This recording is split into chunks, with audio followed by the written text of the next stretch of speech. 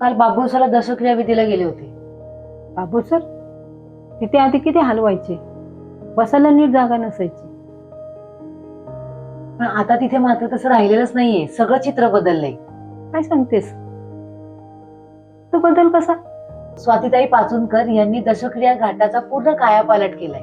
पूर्ण सुधारणा झाली आता तिथे. बरं झालं ग बाई. आपण तर कुणाचं दुःख कमी करू शकत नाही, पण अशा वेळी ज्या माणसाला मिळणारा आधार खूप मोलाचा असतो. अगदी बरोबर. हे काम सिमेंट कॉन्क्रीटच्या विकासाचं नाही, तर हे काम संवेदनशीलतेचं आहे. ज्यांना लोकांच्या डोळ्यातील आशूची किंमत कळते तेच हे काम करू शकतात. खरंय, जेव्हा एखादी व्यक्ती आपल्या दुःखात उभी राहते ना, तेव्हा लोक मनापासून आशीर्वाद देतात. म्हणूनच सांगते, नुसत्या पोकळ घोषणा देणाऱ्यांना नाही, तर आपल्या माणसाचा शेवटचा प्रवास सुसह्य करणाऱ्या स्वातीताई पाचुंदकर यांनाच आपल्याला निवडून द्यायचे. चला तर मग स्वातीताई पाचुंदकर यांना प्रचंड बहुमताने विजय करूया. अशाच विकास कामांना गती देण्यासाठी आपल्याकडं एकच पर्याय, तो म्हणजे स्वातीताई दत्ताशेठ पाचुंदकर.